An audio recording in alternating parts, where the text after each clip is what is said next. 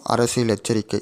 ஜனநாயக நாட்டிலுள்ள ஒரு குடிமகனுக்கு தன் நாட்டை பற்றிய அரசியல் அறிவு மட்டுமே அவரையும் அவரது குடும்பத்தையும் அவரது நாட்டையும் அடுத்த கட்ட வளர்ச்சிக்கு கொண்டு செல்லும் வழிமுறையாகும். அன்புதயம் அரசியல் புனித நூல். இந்திய குடியரசு நாட்டுக்கும் மக்களுக்கும் அன்புதயம் அரசியலை அர்ப்பணிக்கிறேன்.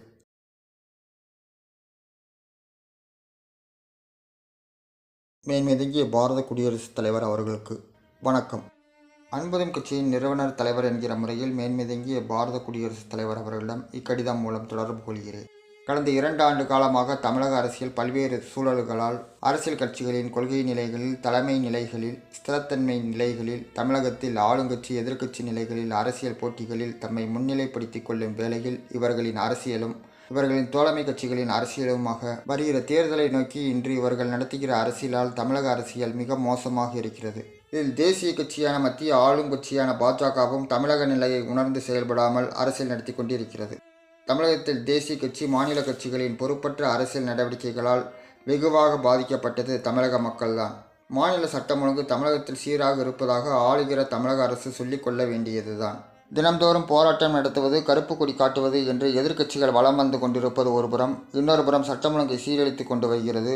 இதுபோன்ற அரசியல் குழப்பமான சூழ்நிலைகளில் எதிர்க்கட்சிகளின் நிலைகளில் முறையாக சட்டமன்றத்தில் எடுத்து வைக்கப்பட வேண்டியவைகள், செயல்படுத்தப்பட வேண்டியவைகள், நிர்வாக ரீதியில் செயல்படுத்தப்பட வேண்டியவைகளில் முறையாக மேற்கொள்ளாமல் தவறவிட்டு கொண்டு செயல்படுவது ஒருபுறம், இன்னொரு புறம் தமிழக மாநில ஆளுநர் நிர்வாக ரீதியில் தலைமை பீடத்தில் இருந்து கொண்டு மாநில நிர்வாகத்தை கண்காணித்து வழிநடத்தி சீரிய முறையில் கொண்டு செல்வதை விட்டுவிட்டு தமிழகம் முழுவதும் வலம் வந்து கொண்டிருப்பது ஆய்வுக்காகத்தான் என கூறிக்கொண்டு தமிழகம் முழுவதும் சுற்றுப்பிரயாணம் மேற்கொள்வதும், இவைகளுக்கு கருப்பு கொடி ஆர்ப்பாட்டம் எதிர்க்கட்சிகள் தரப்பில் இப்போதைய ஆளுநர் மேதகு திரு பன்வாரிலால் புரோஹித் அவர்கள் தமிழக ஆளுநராக நியமிக்கப்பட்ட காலத்திலிருந்து தொடர்ந்து நடக்கிற நடவடிக்கையாக இது இருந்து கொண்டிருக்கிறது. இதுவரையில் மேதகு ஆளுநர் தமிழகம் முழுவதும் சுற்றுப்பிரயாணம் சென்று வந்ததில் இதுவரை எந்தெந்த துறைகளில் எந்தெந்த ஆய்வுகள் மேற்கொண்டிருக்கிறார், எந்த ஆய்வுகள் குறித்து நிலுவையில் இருக்கிறது, எத்தனை ஆய்வுகள் மேற்கொண்டிருக்கிறார், எந்த ஆய்வுகள் குறித்து எத்தனை நடவடிக்கைகள் எடுக்கப்பட்டிருக்கிறது, ஆய்வு அறிக்கையின் அடிப்படையில் எத்தனை நடவடிக்கைகள் தமிழக ஆளுநர் என்ற நிலையில் நடவடிக்கை எடுத்திருக்கிறார், ஆய்வு நடவடிக்கைக்காக அறிக்கைகள் மேதகு குடியரசுத் தலைவர் அவர்களுக்கும் மாண்புமிகு பாரத பிரதமர் அவர்களுக்கும் எத்தனை ஆய்வுகளை சமர்ப்பித்திருக்கிறார் என்பது குறித்து எந்த ஒரு அறிக்கையும் ஆளுநர் தரப்பிலிருந்தோ, ஆளுநர் மாளிகை தரப்பிலிருந்தோ, அரசு தரப்பிலிருந்தோ எந்த ஒரு அறிக்கையும் மக்களிடம் வெளிப்பட்டதாக தெரியவில்லை. ஊடகங்கள் மூலம் இந்த செய்திகள் வரவே இல்லை. இப்படி தமிழக ஆளுநரின் நிர்வாக நிலை இருந்து கொண்டிருக்கிற போது தமிழகத்தில் தமிழக மாணவர்கள் நீட் தேர்வு எதிர்கொள்வது குறித்து இருக்கிற பிரச்சனையை வலியுறுத்தி போராட்டம் நடத்திய போதும், பாரதியார் பல்கலைக்கழக துணைவேந்தர் பேராசிரியர் நியமனத்திற்கு லஞ்சம் பெற்ற விவகாரத்தின் போதும், தமிழ் பல்கலைக்கழக மற்ற பல்கலைக்கழக துணைவேந்தர்கள் நியமன விவகாரம் சர்ச்சையான போதும், இது குறித்த நிலையிலும், அதன் பிறகு மாநில ஆளுநர் நிர்வாகம் சம்பந்தப்பட்ட நிலைகளில் ஏற்பட்ட சர்ச்சைகளின் போதும், அவரது அதிகார வரம்பு குறித்த பிரச்சனைகள் கேள்வி எழுப்பிய போதும், ஆய்வு என்ற பெயரில் தமிழகம் முழுவதும் உலா வந்தபோது கருப்பு கொடி ஏந்தி எதிர்ப்புகள் சந்தித்த போதும், பிரயாணத்தின் போது ஒரு சிறுவனை வாகனத்தில் இடித்து அவன் பாதிக்கப்பட்ட போதும் எந்த ஒரு கருத்தோ, அறிக்கையோ, எந்த ஒரு விளக்கமோ, விமர்சனமோ என்று எதுவும் தெரிவிக்காமல் செயல்பட்டு வந்த மேதகு தமிழக ஆளுநர் தமிழக மக்களின் வாழ்வாதார நிலைகளில் ஆணிவேரான காவிரி பிரச்சனையில் உச்சநீதிமன்ற தீர்ப்பு வெளிவந்து காவிரி மேலாண்மை வாரியம் நீர் பகிர்வு ஒழுங்குமுறை குழு ஏற்படுத்துவது அமைப்பது குறித்து உச்சநீதிமன்ற தீர்ப்பின் அடிப்படையில் தமிழகத்தின் நிலவரங்களையும் தமிழக மக்களின் உணர்வுகளையும் புரிந்து கொண்டு மத்திய அரசுக்கும் நாட்டின் மேன்மேதங்கிய பாரத குடியரசுத் தலைவர் அவர்களுக்கும் தமிழக மக்கள் இந்த விவகாரத்தில் எப்படி தம் உணர்வுகளை வெளிப்படுத்தி கொண்டிருக்கிறார்கள், இந்த விஷயத்தில் மக்கள் என்ன எதிர்பார்க்கிறார்கள், இங்கு தமிழகத்தில் நடந்து வரக்கூடிய போராட்டங்களின் தன்மைகள், 60 நாட்களுக்கும் மேலாக நடந்து வரக்கூடிய உணர்வுபூர்வமான ஸ்டெர்லைட் ஆலை முன்பாக மக்கள் போராட்டம், கெயில் மீத்தேன் குழாய் பதிப்பு எதிர்ப்பு நிலை குறித்து போராட்டங்களும், தமிழக நியூட்ரினோ எதிர்ப்பு போராட்டங்களும் என்று தமிழகத்தில் நடந்தேறிக் கொண்டிருக்கின்ற எந்த ஒரு விஷயத்திலும் மேதகு தமிழக ஆளுநர் இதுவரையில் மாண்புமிகு பாரத பிரதமர் அவர்களுக்கு நிர்வாக ரீதியில் தமிழகத்தின் நிலவரம் குறித்து தெரியப்படுத்தினாரா என்று தெரியவில்லை. ஆனால் மேதகு தமிழக ஆளுநர் திரு பன்வாரிலால் புரோஹித் அவர்கள் மேன்மேதங்கிய பாரத குடியரசுத் தலைவராகிய தங்களிடம் இந்த தமிழக விஷயங்கள் குறித்து நிர்வாக ரீதியில் அலுவல்சார் நிலையில் தங்களிடம் கொண்டு வந்தாரா இல்லையா? மத்திய அரசுக்கு ஒரு மாநில நிர்வாக தலைமை என்ற அடிப்படையில் தமிழக மக்களின் உணர்வு நிலைகளில் மத்திய அரசுக்கு இதுவரையில் உறுதுணையாக தமிழக மக்களின் நலன் அடிப்படையில் மேதகு தமிழக ஆளுநர் நம்பகத்தன்மையாக செயல்பட்டாரா என்பது தெரியவில்லை. ஆனால் அன்புதயம் கட்சியை பொறுத்தளவில் மேதகு தமிழக ஆளுநர் தமிழக மக்களின் உணர்வுகளுக்கு மதிப்பு கொடுத்து இதுவரையில் செயல்படவில்லை என்பதைத்தான் நாட்டின் தலைமை நிர்வாகத்தில் இருக்கக்கூடிய மேன்மேதங்கிய பாரத குடியரசுத் தலைவர் அவர்களிடம் இந்த விஷயத்தை கொண்டு வருகிறேன். நாட்டில் பெண்கள் என்று நள்ளிரவில் பாதுகாப்பாக சென்று வர முடியுமோ அன்றுதான் நாட்டில் பெண்களுக்கான சுதந்திரம் கிடைத்ததாக கருத முடியும் என்று சீரிய நோக்கம் இன்று வரையில் ஈடேறவில்லை. பெண்களுக்கு எதிரான குற்றங்களும் வன்மங்களும் பாலிய கால திருமணமும் பெண்களுக்கு எதிரான சதி என்ற உடன்கட்டை ஏறுதல் என்ற நடைமுறையும் திருமணத்திற்கு முன்பே பெண்களுக்கு எதிரான சமூக குற்றங்கள் கலைக்க முயற்சிகள் எடுக்கப்பட்டதும் பின்பு கலைக்கப்பட்டதும் அதன் பிறகு வீட்டில் பெண்கள் முடங்கி கிடப்பதனால்தான் குடும்ப வன்மங்கள் அரங்கேறுகின்றன. பெண்களுக்கு கல்வி அளிக்கிற நிலையில் பெண் கல்வி மேம்பாடுகள் மூலம் சமூக அங்கீகாரம் அவர்களுக்கு கிடைத்துவிடும்.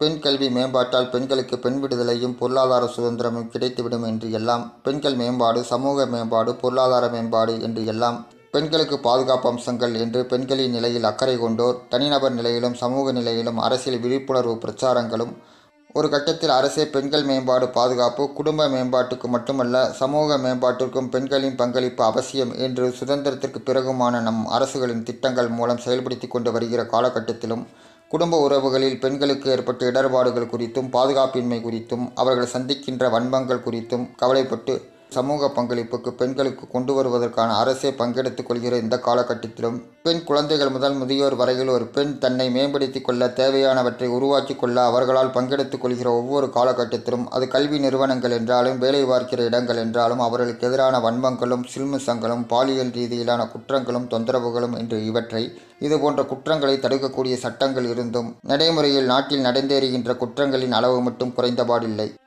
இதற்கு எது காரணமாக இருக்கும் என்று மேதகு பாரத குடியரசுத் தலைவராகிய தாங்கள் யூகிக்க முடிகிறதா? அன்புதம் கட்சியை பொறுத்தளவில் நாட்டில் நடந்தேறுகிற குற்றங்களுக்கு என்ன காரணம் என்பதை அறிந்துதான் வைத்திருக்கிறது. அதற்கான காரணங்கள் காரணகர்த்தாவாக யாராக இருக்க முடியும், யாராக இருந்து கொண்டிருக்கிறார்கள் என்பதை எல்லாம் அரசியல் ரீதியிலாக தெரிந்துதான் வைத்திருக்கிறது.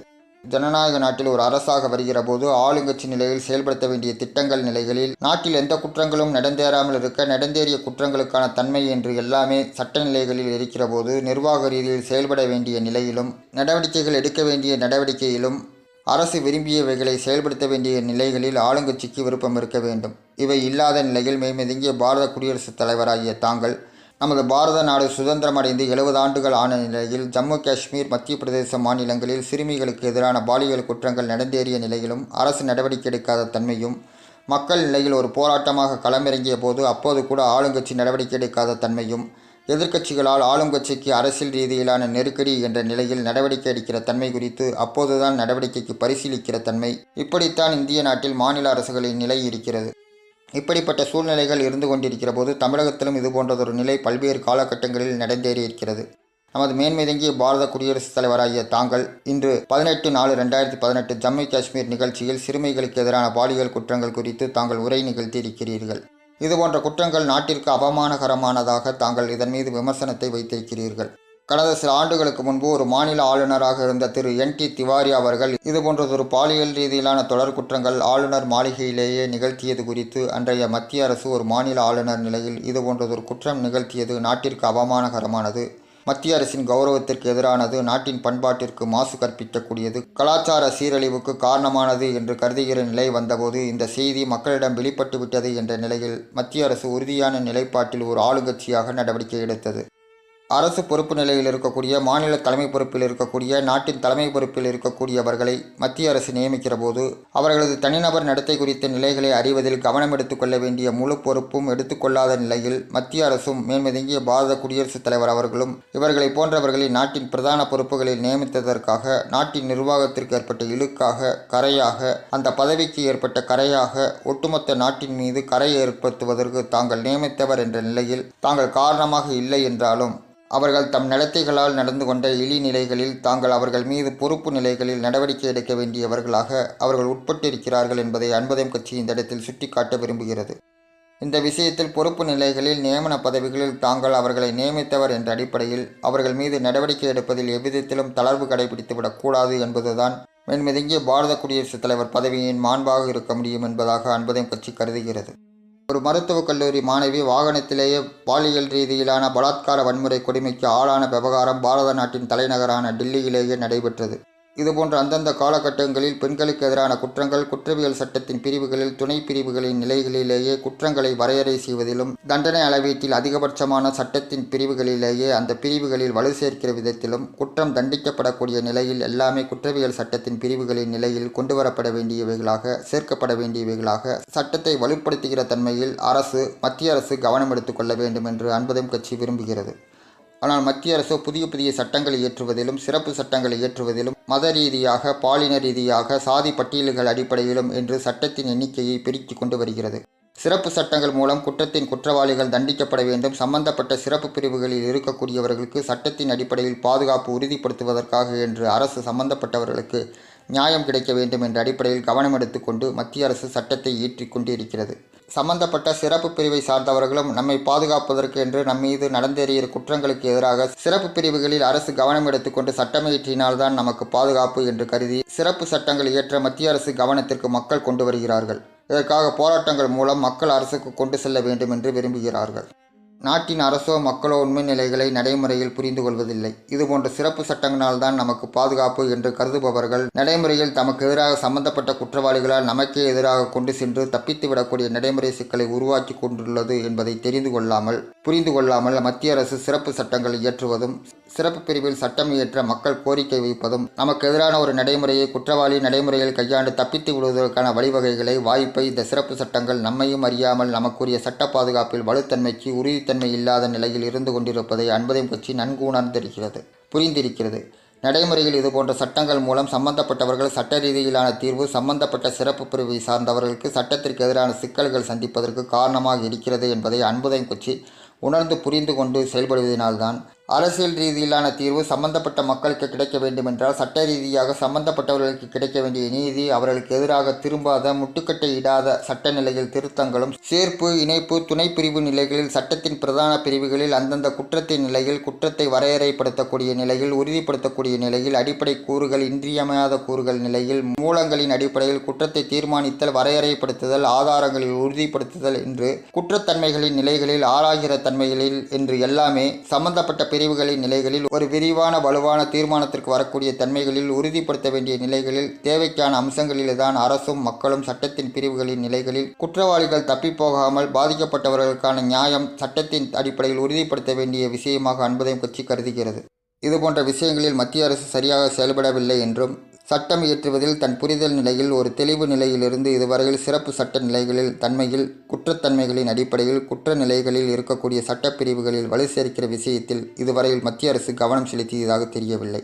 இதுபோன்ற விஷயங்களின் அடிப்படையில் தான் அன்பதம் கட்சி சம்பந்தப்பட்டவர்களுக்கு சட்டத்தை நீதி கிடைப்பதில் பாதிக்கப்பட்டவர்களுக்கு உறுதித்தன்மை பாதுகாப்பு அரசு நிலையில் ஏற்படுத்தி கொடுப்பதில் மக்களின் நம்பிக்கை பெற முடியும் என்று அன்பதம் கட்சி நம்புகிறது.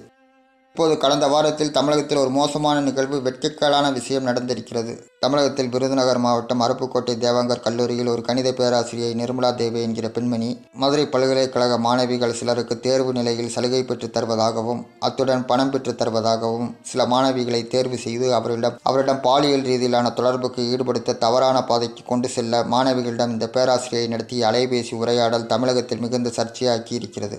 தமிழகத்தில் இப்போது கல்லூரி பல்கலைக்கழக அளவில் கல்வி நிறுவனங்களில் பேராசிரியை பாலியல் ரீதியிலான குற்ற நடவடிக்கைகளுக்கு மாணவிகளை ஈடுபடுத்த தயார்படுத்துகிற கேவலமான நடைமுறை ஆசிரியர் மாணவர் உறவு குறித்து பெற்றோர்களிடையே ஆசிரியை மீது மிகுந்த அச்சத்தை அதிர்ச்சியையும் கல்வி நிறுவனங்கள் சார்ந்து நடந்தேறிய இந்த சம்பவம் அனைவர் மத்தியிலும் அதிர்ச்சியை ஏற்படுத்தியிருக்கிறது.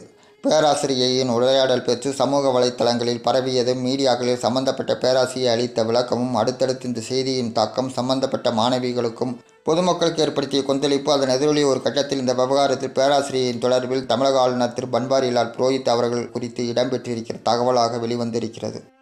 தமிழக ஆளுநராக பன்வாரிலால் புரோஹித் அவர்கள் ஆளுநராக பொறுப்பேற்றதிலிருந்து அவரது நிர்வாக ரீதியிலான நடவடிக்கைகளும் செயல்பாடுகளும் ஒவ்வொரு கட்டத்திலும் சர்ச்சைக்கு உள்ளாக்கப்பட்டு தொடர்ந்து இன்று வரையில் வந்திருப்பதை ஆளுநர் இந்த சர்ச்சைக்கு இப்போது உட்பட்டது வரை அன்பதம் கட்சி பார்த்து வருகிறது. திரு பன்வாரிலால் புரோஹித் அவர்கள் தமிழக ஆளுநராக பொறுப்பேற்றதிலிருந்து தமிழக அரசியல் குறித்தோ தமிழகத்தில் நடந்தேறுகிற பிரச்சனைகள் குறித்தோ அவரது நிர்வாக நடவடிக்கைகளினால் எழுந்த சர்ச்சைகள் குறித்தோ எந்த ஒரு விளக்கமும் எந்த ஒரு அறிக்கையும் வெளியிடாதவர். பேராசிரியை நிர்மலா தேவி விவகாரம் சர்ச்சையில் ஆளுநர் சிக்கியிருக்கிற நிலையில் இப்போது நேற்று 17/4/2018 அன்று பத்திரிகையாளர் சந்திப்பு நடத்தி இவர் பதவியேற்ற நாளிலிருந்து இன்று வரையிலான தமிழகத்தின் அரசியல் சூழ்நிலைகள் குறித்தும் காவிரி விவகாரத்தில் அவரது நிலைப்பாடுகள் குறித்தும் இன்று பல்வேறு தமிழகத்தில் நிகழ்ந்த பிரச்சனைகள் குறித்து பத்திரிகையாளரிடம் விளக்கமளித்திருக்கிறார். இதில் சம்பந்தப்பட்ட பேராசிரியை நிர்மலாதேவி குறித்த விஷயத்தில் மாநில ஆளுநர் திரு பன்வாரிலால் தன்னிலை முன் விளக்கம் அளித்திருக்கிறார். ஒன்றுடன் ஒன்றான கருத்து வெளியீடுகள் அவரிடம் தென்படுகின்றன. அதே நாளில் பத்திரிகையாளர் சந்திப்பில் ஆளுநர் திரு பன்வாரிலால் புரோஹித் அவர்கள் ஒரு பெண் பத்திரிகையாளர் கன்னத்தில் வருடிய சம்பவமும் நடந்தேறியிருக்கிறது. அதுவும் இன்று சர்ச்சையாகியிருக்கிறது. பெண் மனதை நோகடித்து இருக்கிறது. ஆளுநரின் இந்த நடவடிக்கை பொது வாழ்வில் இருக்கும் பெண்களுக்கு ஒரு கலக்கத்தை ஏற்படுத்தி இருக்கிறது. தமிழக மாநில ஆளுநர் தமிழகத்தில் உள்ள பல்கலைக்கழகங்களுக்கெல்லாம் வேந்தராகவும் இருக்கிறார். மாநில ஆளுநர் பல்கலைக்கழக வேந்தராகவும் இருக்கிறார். பல்கலைக்கழக இணைப்பில் உள்ள அருப்புக்கோட்டை தேவாங்கர் கல்லூரி பேராசிரியை நிலையில் ஏற்படுத்திய பாலியல் ரீதியிலான தொந்தரவு விவகாரம் சர்ச்சையாகி இருக்கிற நிலையில் இதுகுறித்து விசாரிக்க பல்கலைக்கழக வேந்தர் நிலையில் இருக்கிற மாநில ஆளுநர் திரு பன்வாரிலால் புரோஹித் அவர்கள் இந்த விவகாரத்தில் இந்த சர்ச்சையிலும் சம்பந்தப்பட்டிருக்கிற நிலையில் இவரே தனிநபர் விசாரணை கமிஷனுக்கு ஓய்வு பெற்ற IAS அதிகாரி திரு சந்தானம் என்பவரை நியமித்து நாளை 19/4/2018 காலையில் மதுரை பல்கலைக்கழகத்திலும் மாலையில் அருப்புக்கோட்டை தேவாங்கர் கல்லூரியிலும் விசாரணை நடத்த இருப்பதாக செய்திகள் வெளிவந்திருக்கின்றன. இதற்கிடையில் கல்லூரி பேராசிரியர் நிர்மலாதேவி காவல்துறையால் கைது செய்யப்பட்டு இருக்கிறார். சர்ச்சை குறித்து விசாரிக்க தமிழக அரசுக்கு அதிகாரமில்லை என்றும் தனக்கே வேந்தருக்கே இந்த அதிகாரம் இருப்பதாகவும் பத்திரிகையாளர் சந்திப்பில் திரு பன்வாரிலால் புரோஹித் அவர்கள் கூறியிருக்கிறார். தமிழக அரசு சார்பில் CBCID விசாரணைக்கு இந்த விவகாரம் விடப்பட்டிருப்பதாக தமிழக அமைச்சர் ஒருவர் தரப்பிலிருந்து செய்திகள் வெளிவருகின்றன. இதற்கிடையில் பேராசிரியர் நிர்மலாதேவி விஷயம் குறித்தும் பெண் பத்திரிகையாளர் லட்சுமி சுப்பிரமணியம் அவர்களிடம் தான் நடந்து கொண்ட நடைமுறை குறித்து ஆளுநர் அவர்கள் தானே முன்வந்து விளக்கமளிப்பதும் பத்திரிகையாளர் விவகாரத்தில் மன்னிப்பு கேட்பதுமான செயல்பாடுகள் என்று இந்த விவகாரம் வெளிவந்திருக்கிற நிலையில் தமிழகமே இன்று அதிர்ச்சியில் உறைந்து போயிருக்கிறது. இந்த விஷயத்தில் தமிழக ஆளுநர் திரு பன்வாரிலால் புரோஹித் அவர்கள் குறித்து இப்போது வெளிவந்திருக்கிற இந்த செய்திகள், அவரது நடத்தைகள் குறித்த செய்திகள் ஒரு தனிநபர் நிலையில் அரசு கவனத்தில் எடுத்துக்கொள்ள வேண்டியதில்லை என்றாலும் மாநில ஆளுநர் பொறுப்பில் இருக்கக்கூடியவர் பல்கலைக்கழக வேந்தர் நிலையிலும் பொறுப்பு எடுத்துக் கொண்டிருப்பவர் என்று அரசு பொறுப்பில் இருந்து கொண்டு நிர்வாக ரீதியில் செயல்பட வேண்டிய விஷயங்களில் பல்கலைக்கழக சம்பந்தப்பட்ட கல்வி நிறுவன சம்பந்தப்பட்ட ஆசிரியை தன் கீழ் உள்ள மாணவிகளை தவறான பாதைக்கு திசை திருப்ப முயன்றிருக்கிற தன்மை குறித்த விஷயத்தில் மாநில ஆளுநரை நியமித்தவர் என்ற நிலையில் உள்ள மேன்மை தங்கிய பாரத குடியரசுத் தலைவர் அவர்களுக்கும் மாநில ஆளுநர் மீது நடவடிக்கை எடுக்கிற தன்மையில் நடந்தேறிய குற்றங்கள் குறித்து பரிசீலிக்கப்பட வேண்டிய தன்மையில் உரிய நடவடிக்கைக்கு உத்தரவிட வேண்டிய தன்மையில் முழு பொறுப்பும் கடமையும் தங்களுக்கு இருப்பதாக அன்பதும் கட்சி எண்ணுகிறது. இது குறித்து முழுமையாக விசாரிக்க CBI விசாரணைக்கு உட்படுத்தப்பட வேண்டும். அதே நேரத்தில் நேரடி விசாரணையின்றி புலனாய்வு மத்திய உளவுப் பிரிவு நிலைகளில் நடந்தேறிய குற்றங்கள் குறித்து அறிக்கைகள் பெறப்பட வேண்டும் என்பதும், கல்வி நிறுவனங்களில் இதுபோன்ற நடவடிக்கைகள் நிர்வாகத்தில் தலைமை பொறுப்பில் உள்ளவர்களால் இதுபோன்று செயல்படுபவர்களானால் பெண்களின் பாதுகாப்பு தமிழகத்தில் மாநில நிர்வாக பொறுப்பில் இருப்பவர்களால் கேள்விக்குறியாக்கப்பட்டு இருப்பதை பார்க்கிற போது தமிழகத்தில் பெற்றோர்கள் கவலையில் உறைந்து போயிருக்கிறார்கள். இப்போது தமிழக மாநில ஆளுநர் விவகாரம் பிரச்சனை வெளிவந்திருக்கிற வேளையில் இப்போது அன்பதும் கட்சிக்கு தமிழகத்தில் இதுவரையில் நடந்தேறிய சில அரசியல் கட்சிகள் நடத்திய அரசியல் குறித்து கடந்த காலங்களை பார்க்க வேண்டியது இருக்கிறது. ஆளுநர் பதவியேற்ற பிறகு கடந்த 2 ஆண்டுகளாக தமிழகத்தில் அரசியல் நிகழ்வுகளும் தொடர் போராட்டங்களும் நிர்வாக ரீதியிலும் அரசாகவும் அதை தடுக்கவோ ஒடுக்கவோ அந்த போராட்டத்தை முடிவுக்கு கொண்டு வரவோ மாநில சட்டம் ஒழுங்கு பராமரிக்க மாநிலத்தின் அமைதியான சூழ்நிலையை ஏற்படுத்த எந்த ஒரு நடவடிக்கையும் எடுக்கவில்லை. கடந்த 2 ஆண்டுகளாக மாநிலத்தின் போராட்டம் பிடிக்கிற காலகட்டமெல்லாம் மாநில ஆளுநர் தமிழகத்தில் இருப்பதில்லை. கடந்த வாரத்தில் தமிழகத்தில் IPL போட்டிகள் நடக்க இருந்த நாளில் தமிழகத்தில் நடந்த போராட்டங்களும் ஒரு கட்டத்தில் தமிழக காவல்துறை IPL போட்டிக்கு உரிய பாதுகாப்பு அளிக்க முடியாது என சட்டம் ஒழுங்கு விஷயத்தில் காவல்துறை போராட்டக்காரர்களை சமாளிக்க முடியாமல் சட்டம் ஒழுங்கை பறிகொடுத்து போராட்டக்காரர்களுக்கு சாதகமாக காவல்துறை IPL போட்டி நடத்துபவரிடம் தெரியப்படுத்திய விவகாரம் மாநில சட்டம் ஒழுங்கை பராமரிக்கிற தகுதி நிலையை தமிழக காவல்துறை போராட்டக்காரர்களின் செயல்பாடுகளினால் தன் இயலாமையை பகிரங்கமாக ஒப்புக்கொண்டது. இந்த நேரத்தில் தமிழக ஆளுநர் திரு பன்வாரிலால் புரோஹித் அவர்கள் தமிழகத்தில் இல்லை. இப்போது கல்லூரி பேராசிரியை விவகாரம் வெளிவந்த நேரத்திலும் தனிநபர் விசாரணைக்கு உத்தரவிட்டுவிட்டு பெண் பத்திரிகையாளரிடம் நடந்து கொண்ட முறை குறித்து தன்னிலை விளக்கத்தை அவருக்கு தெரியப்படுத்திவிட்டு 19/4/2018 டெல்லி புறப்படுவதாக ஆளுநர் தரப்பு செய்தி வெளிவருகிறது. இப்போது யாரிடம் விளக்கமளிக்க மாநில ஆளுநர் சென்றிருக்கிறார் என தெரியவில்லை. இந்த விவகாரத்தில் மாநில ஆளுநர் திரு பன்வாரிலால் புரோஹித் அவர்கள் மீது மேன்மேதங்கிய பாரத குடியரசுத் தலைவர் ஆகிய தாங்கள் இப்பிரச்சனை எழுந்திருக்கிற இந்த காலகட்டத்தில் திரு பன்வாரிலால் புரோஹித் அவர்கள் மீதான விசாரணையை நடத்திட வேண்டும். இந்த விவகாரத்தில் ஆளுநர் சிக்கியிருக்கிற நிலையில் ஆளுநர் பன்வாரிலால் புரோஹித் அவர்களை மத்திய அரசுக்கு திரும்பப் பெற வேண்டும். கடந்த தமிழக ஆளுநர் திரு வித்யாசாகர் ராவ் அவர்கள் தமிழக பொறுப்பில் இருந்து கொண்டிருந்த போது அப்போது முதல்வராக இருந்த செல்வி ஜெயலலிதா அவர்கள் சில தினங்களில் அவரது உடல்நிலை சுகவீனம் என்று கூறப்பட்டு அப்போலோ மருத்துவமனையில் தொடர் சிகிச்சை, அவசர சிகிச்சை என்று அடுத்தடுத்த சிகிச்சை நிலைகளில் இருந்ததாக கூறப்பட்டு சிகிச்சை அளிக்கப்பட்டு வந்ததாக சொல்லப்பட்டு வந்தவர் டிசம்பர் 5ஆம் தேதி 2016 அன்று அதிகாரப்பூர்வமாக செல்வி ஜெயலலிதா அவர்கள் இருந்ததாக தமிழக அரசால் அறிவிக்கப்பட்டது. செல்வி ஜெயலலிதா அவர்கள் உடல்நிலை சுகவீனம் என்று அனுமதிக்கப்பட்ட நாளிலிருந்து தொடர்ந்து ஜெயலலிதா அவரது உடல்நிலை ஐயப்பாடுகளும் சந்தேகங்களும், அவரது உடல்நிலை குறித்து, சிகிச்சை நிலை குறித்தும், அவரது மரணம் குறித்தும் பல்வேறு சர்ச்சைகளும் சந்தேகங்களும் ஐயப்பாடுகளும் மக்களுக்கு இருந்து வந்ததும், பரவி இருக்கிற செய்திகளின் அடிப்படையில் முரண்பாடுகளும், ஆளுங்கட்சி எதிர்க்கட்சி நிலைகளில் சிகிச்சை நிலைகள் குறித்து செல்வி ஜெயலலிதா உடல்நிலை குறித்த செய்திகளும் நீதிமன்ற வழக்காக கொண்டு செல்லப்பட்டதும், காவல் நிலையத்தில் புகார்களும், இவ்வளவும் செல்வி ஜெயலலிதா அவர்கள் முதல்வர் நிலையில் இருப்பவர் உடல்நிலை குறித்து சர்ச்சை, மாநில சட்டம் ஒழுங்கு பிரச்சனையாக உருவெடுத்த நிலையிலும், நிர்வாக ரீதியில் மாநில ஆளுநர் மத்திய அரசுக்கு நாட்டின் மேன்மிதங்கிய பாரத குடியரசுத் தலைவர் அவருக்கும், நிர்வாக ரீதியில் அலுவல் சார் தன்மையில் மேதகு தமிழக ஆளுநர் பொறுப்பில் இருந்த திரு வித்யாசாகர் ராவ் அவர்கள் தரப்பிலிருந்தோ, ஆளுநர் மாளிகை தரப்பிலிருந்தோ, அரசு தரப்பிலிருந்தோ எந்த ஒரு செய்தியும் செல்வி ஜெயலலிதா செய்தி குறித்து, தமிழகத்தின் சட்டம் ஒழுங்கு குறித்து முழுமையாக தெரியப்படுத்தியதாக எந்த ஒரு செய்தியும் வெளிவரவில்லை. ஆனால் தமிழக அரசியல் நிலையில் மட்டும் போராட்டங்கள் தொடங்குவதற்கு முன்பாகவும் போராட்டத்தை முடித்து கொண்ட பிறகும் இரு நிலைகளில் எதிர்க்கட்சி நிலைகளில் இருக்கிற பிரதான கட்சிகள்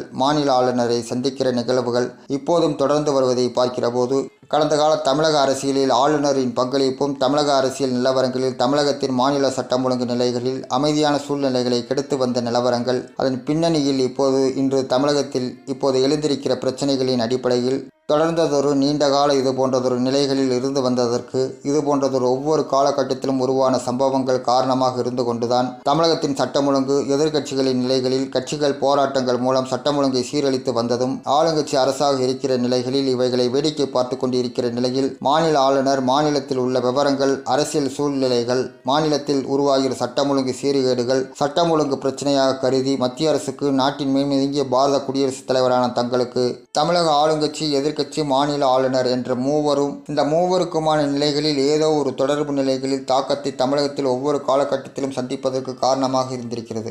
இந்த மூவரில் ஒருவராவது இந்த விவரங்களை உங்களுக்கு தெரிவித்தார்களா?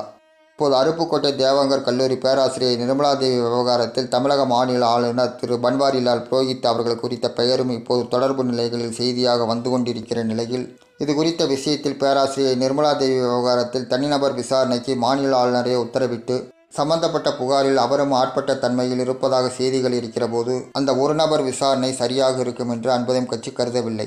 அதே நேரத்தில் மாநில தமிழக ஆளுநர் தமிழகம் முழுவதும் ஆய்வு என்று உலா வந்த போது எல்லாம் ஆளுநரின் இந்த நடவடிக்கைக்கு எதிர்க்கட்சிகள் எல்லாம் எதிர்ப்பு காட்டிய இந்த வேளையில் தமிழக ஆளுங்கட்சி மட்டும் ஆளுநரின் இந்த நடவடிக்கை சரி என்று சொன்னதோடு, இந்த விஷயத்தில் நிர்வாக ரீதியில் செயல்பட வேண்டிய ஆளுநரின் செயல்பாடு அரசு மாநில நிர்வாக தலைமையில் தமிழக ஆளுங்கட்சி செயல்பட்டாலும் இரட்டை நிர்வாக நடைமுறை வெளிப்படைத்தன்மையில் செயல்பாடு நடைமுறை நிர்வாக சிக்கலை ஏற்படுத்தும் என்று தமிழக ஆளுநர் திரு பன்வாரிலால் புரோஹித் அவர்களின் செயல்பாட்டிற்கு தமிழக ஆளுங்கட்சி அரசு எந்த ஒரு எதிர்ப்பும் தெரிவிக்கவில்லை.